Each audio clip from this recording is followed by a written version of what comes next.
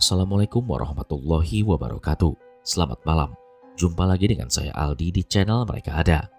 Dimanapun kalian berada, saya doakan semoga kalian dalam kondisi sehat dan selalu diberikan kemudahan dalam menjalankan segala aktivitas. Di kesempatan kali ini saya akan membacakan cerita yang berjudul Pendem Mayat, yaitu kisah satu keluarga yang terjebak dalam serangan santet dan menjadi tumbal dari pesugihan. Namun sebelum mulai bercerita, pastikan teman-teman sudah support channel ini dengan cara menekan tombol subscribe dan menyalakan lonceng notifikasinya, supaya teman-teman gak ketinggalan setiap cerita yang upload di channel ini. Sudah siap? Kalau gitu tanpa banyak basa-basi lagi, mari kita mulai ceritanya.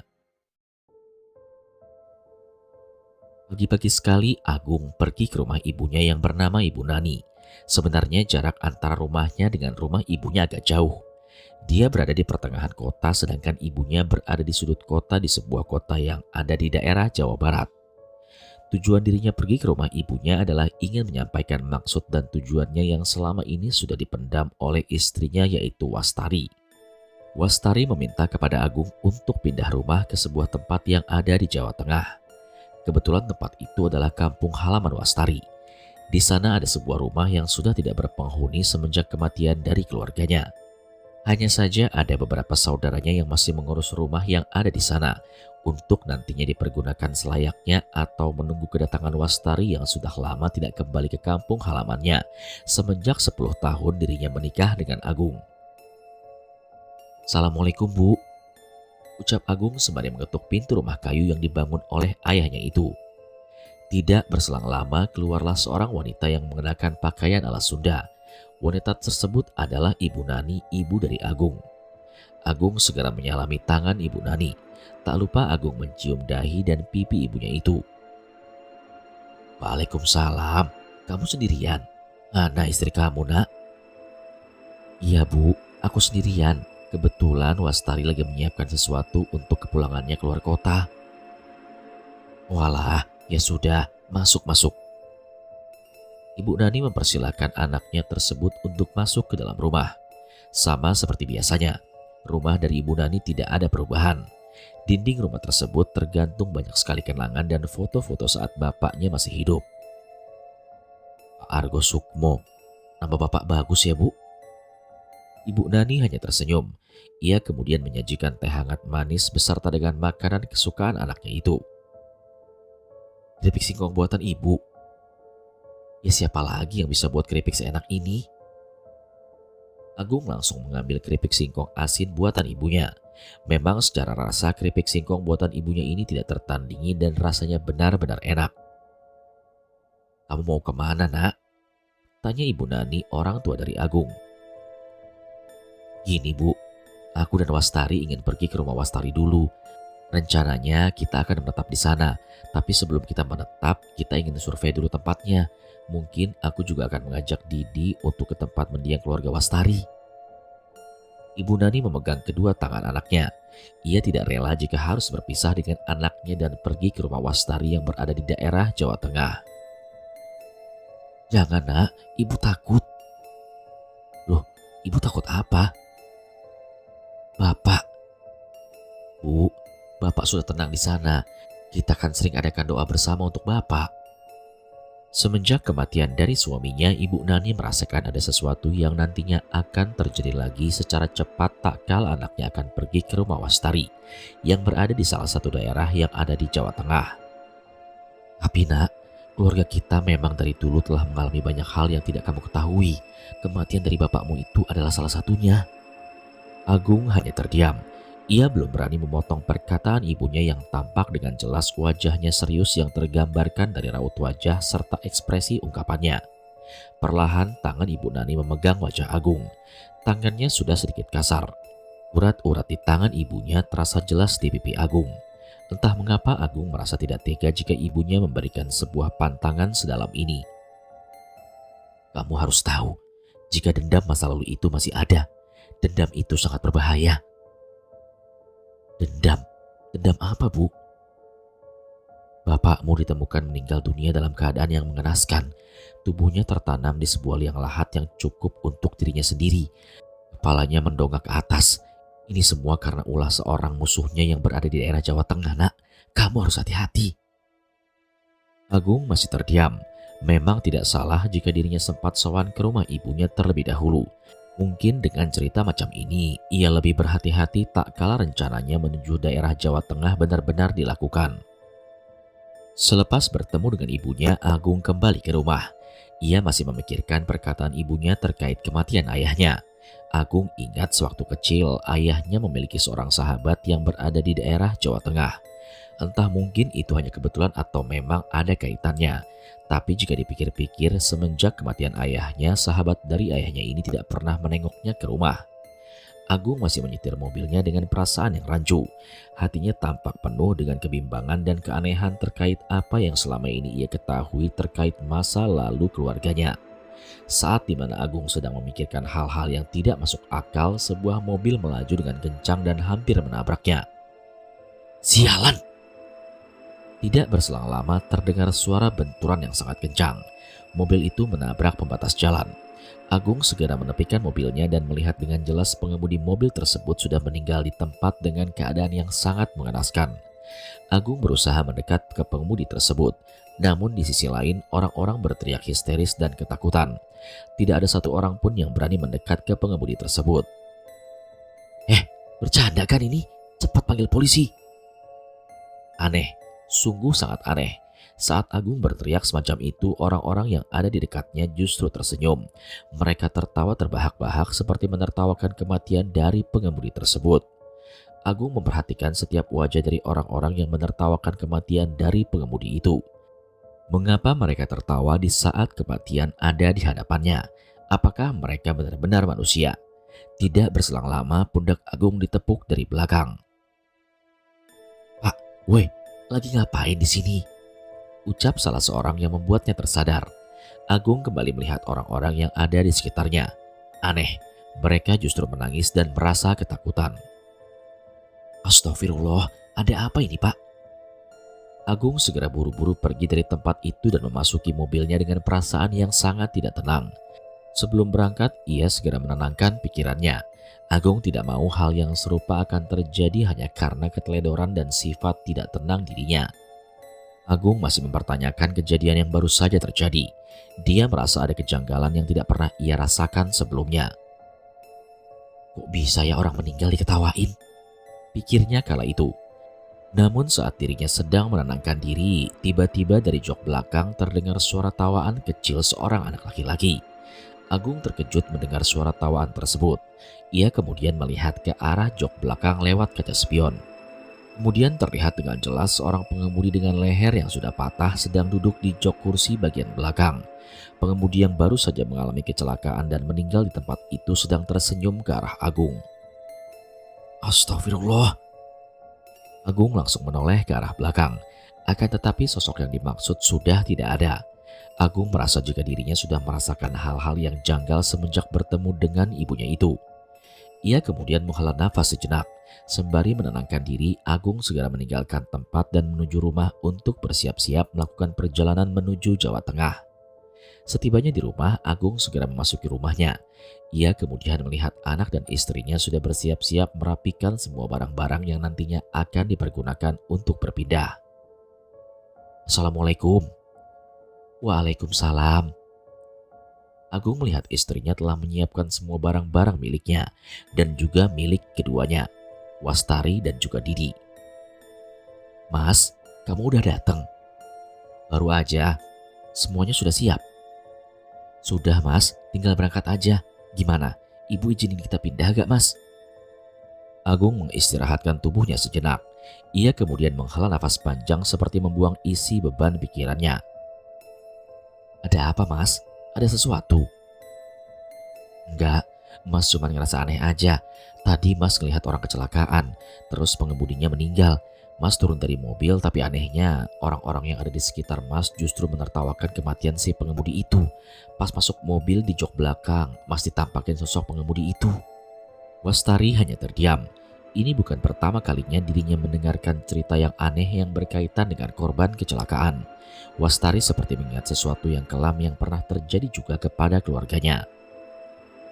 Menurut kamu itu nyata nggak? Tanya Agung. Wastari lagi-lagi hanya terdiam. Dia tidak menjawab pertanyaan dari Agung terkait kejadian janggal semacam itu. Dek, kok diam? Mas, aku juga nggak tahu kalau itu. Soalnya siapa tahu ada sosok yang menyerupai si pengemudi yang udah meninggal. Agung hanya mengangguk paham. Dirinya sedikit mengetahui hal-hal aneh yang terjadi di sekitarnya secara bertahap. Mulai dari yang masuk akal sampai yang tidak masuk akal seperti yang barusan saja terjadi. Ya udah, kita langsung berangkat aja sekarang. Semuanya udah siap kan? Sudah, Mas. Mereka pun bersiap-siap untuk berangkat ke sebuah desa yang ada di daerah Jawa Tengah. Desa yang menjadi tempat tinggal Wastari beserta dengan keluarganya. Siang itu satu keluarga mendatangi sebuah rumah yang telah terpampang dengan jelas di hadapannya bertuliskan rumah ini dijual. Wastari dan suaminya yaitu Agung mendatangi sebuah rumah yang menjadi tempat tinggal keluarga Wastari dulu. Ini rumahnya? Iya Mas, tapi kok ada tulisan dijual ya? Loh, emang rumahnya ini tadinya nggak dijual? Aku sih nggak tahu Mas, semenjak Bapak dan Ibu meninggal rumah ini dijaga sama Wak Salim. Dia itu adik dari Bapak. Agung bersama dengan istri dan anaknya segera memasuki rumah tersebut. Lalu dia melihat seorang laki-laki tua sedang menyapu halaman rumah. Assalamualaikum, permisi. Lelaki tua itu masih melanjutkan kerjaannya dengan menyapu halaman per tiap sudut di rumah tersebut. Ia tidak memperdulikan ucapan salam yang telah dilontarkan oleh Wastari. Itu warga sini ya? Gak tahu Mas, aku lupa wajahnya. Kita masuk dulu aja kali ya Mas. Mereka pun akhirnya masuk ke halaman rumah karena orang yang berada di dalam rumah tersebut tidak menghiraukan panggilan salam dari Wastari. Saat mereka mendekati orang yang sedang menyapu halaman itu, Wastari kembali mengucapkan salam dari dekat. Assalamualaikum Pak. Namun orang itu masih saja terdiam. Dia tidak menjawab apapun. Sepertinya orang itu memang benar-benar tidak menghiraukan panggilan salam dari Wastari. Maaf mengganggu Pak, saya Wastari, anak dari Pak Burjo dan Ibu Martinah. Saya mau bertemu dengan Wak Salim. Apakah Wak Salim ada di rumah ini, Pak? Tanya Wastari. Orang itu masih terdiam. Dia tetap menyapu halamannya dan tidak menghiraukan kalimat yang diarahkan oleh Wastari. Maaf, Pak. Apa Bapak kenal Wak Salim? Tiba-tiba orang itu menghentikan sapunya dan mengucapkan jawaban yang begitu mencengangkan. Kenapa kamu pulang ke sini? Wastari pun terdiam. Saat orang itu menghadapkan wajahnya ke arah Wastari, ia langsung mengingat sesuatu. Wak Salim? Pulang, jangan ke sini. Wak, Wastari minta maaf kalau semisal Bapak dan Ibu meninggal, Wastari gak pulang ke rumah. Wastari pun menyodorkan tangannya untuk meminta maaf. Akan tetapi orang yang disebut-sebut sebagai Wak Salim itu terus menolak tangan Wastari sembari mengucapkan kalimat yang sama. Pulang, jangan ke sini. Wastari pun terus memohon kepada Wak Salim untuk memaafkan dirinya. Dan bentar saja, hati Wak Salim langsung terkikis mendengar permintaan maaf dari Wastari. Ia pun segera memeluk tubuh Wastari sembari menangis. Aku capek, Duk. Aku capek. Wak, maafin Wastari ya. Wak Salim hanya mengangguk.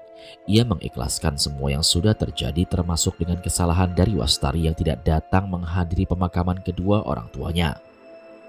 Didi, anak dari Agung dan Wastari, hanya memeluk tubuh bapaknya. Ia menangkap sebuah bayangan putih yang sedang menengok dari arah pepohonan belimbing. Pak, itu siapa? Kok nengok-nengok di balik pepohonan? Siapa memangnya? Gak tahu, Pak. Agung kemudian meminta kepada Didi untuk tidak melihat ke arah itu lagi.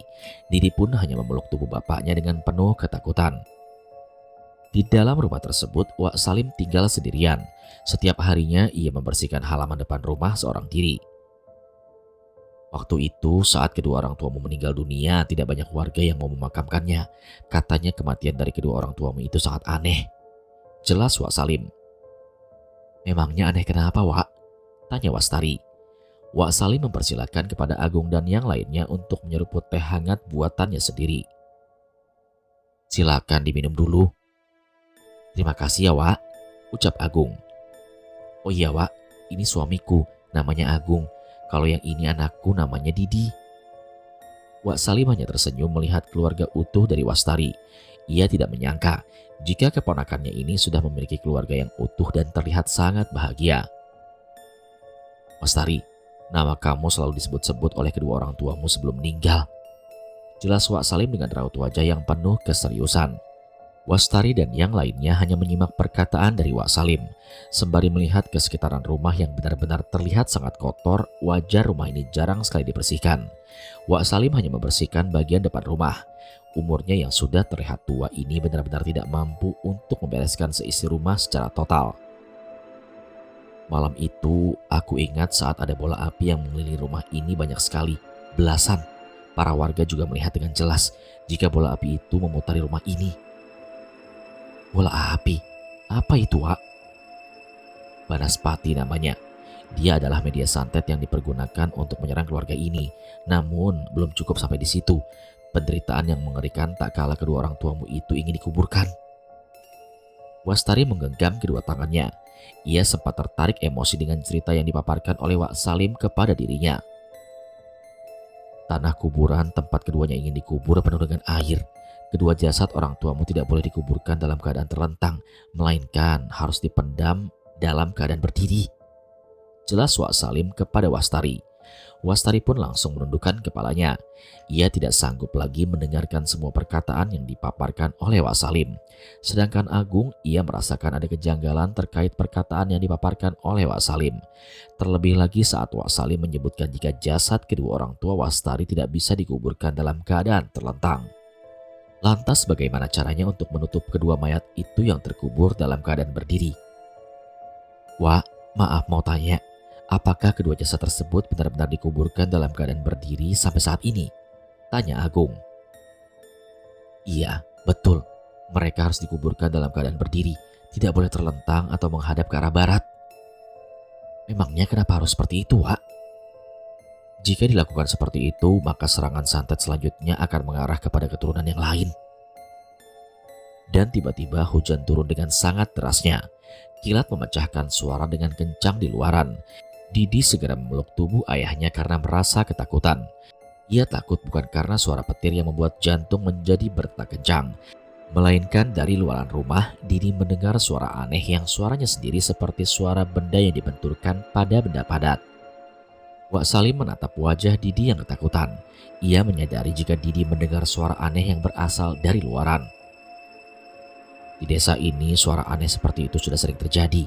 Jangan takut, suara itu akan hilang kalau hujannya sudah selesai. Jelas Wak Salim. Memangnya itu suara apa? Tanya Didi. Itu adalah suara kodok. Loh, kok bunyinya aneh? Kodok di sini memang berbeda-beda bentuknya, makanya tiap kodok punya suara yang unik. Gak semua memiliki satu suara. Agung masih melihat istrinya yang sedang bersedih tak kala Wak Salim menceritakan dengan detail kematian kedua orang tuanya. Kalian pasti capek kan? Kalian bisa istirahat dulu.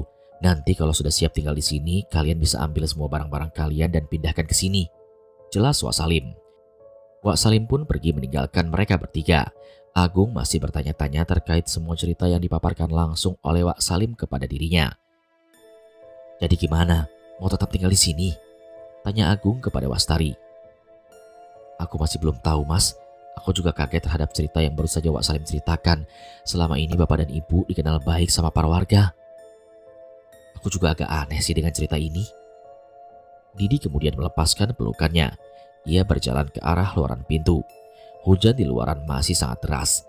Didi penasaran dengan suara kodok yang dikatakan oleh Wak Salim, karena bunyinya masih saja terus ada. Dengan perlahan Didi pun membuka gorden jendela. Kemudian jantungnya mulai berdegup dengan kencang. Sesekali mulutnya menelan ludahnya sendiri. Bulu kuduknya mulai berdiri.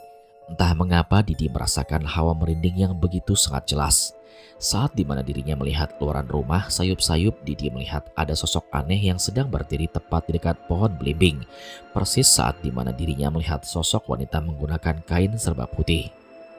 Didi melihat dengan jelas sosok tersebut sedang membenturkan kedua tangannya yang sudah menjadi tulang belulang. Wajahnya tidak bisa diketahui dengan jelas. Rambutnya benar-benar menutupi seluruh wajahnya dan posisinya sedang membungkuk ke bawah sembari membenturkan kedua tangannya secara perlahan-lahan. Lalu dihasilkanlah bunyi-bunyian seperti yang ia dengar kala itu. Didi langsung menutup gorden jendela saat sosok tersebut mulai menggerakkan kepalanya.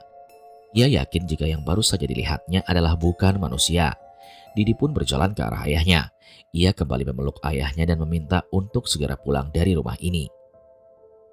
"Ayo pulang, aku takut." "Takut apa? Kamu melihat apa?" "Ada setan ya." "Hah? Setan?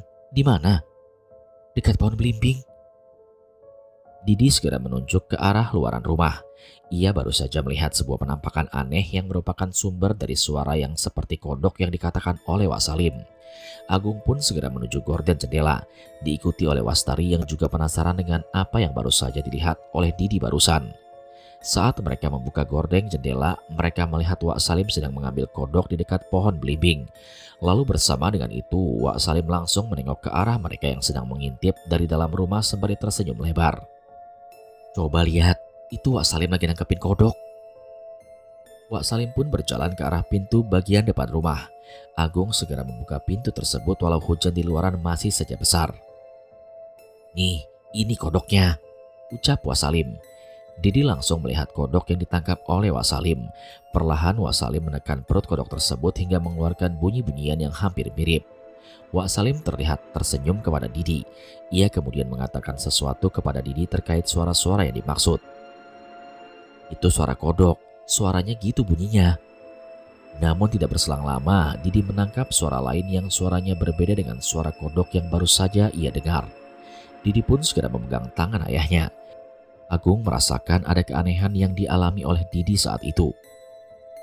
"Itu suara kodok, Dek," jelas Agung. Didi hanya menggeleng-gelengkan kepalanya. Ia tahu betul perbedaan suara kodok dengan suara yang baru saja ia dengar. Tidak berselang lama, Didi melihat ke arah pohon belimbing tempat di mana Wak Salim mengambil beberapa ekor kodok di sana. Suara itu terus berbunyi di saat sosok wanita dengan rambut yang menutupi kepalanya sedang membenturkan kedua tangannya secara bersamaan. "Hah, setan!" Didi pun langsung masuk ke dalam rumah. Agung segera mengejarnya, sedangkan Wastari ia menanyakan apa yang terjadi kepada Didi barusan. "Wak, kenapa anakku?" "Kapan anakmu lahir?" "Maksudnya apa, Wak?" "Weton anakmu apa?" "Selasa Kliwon. Memangnya kenapa, Wak?" "Selasa Kliwon itu adalah weton yang dipergunakan oleh orang-orang untuk memiliki ilmu hitam untuk dijadikan sebagai tumbal pesugihan."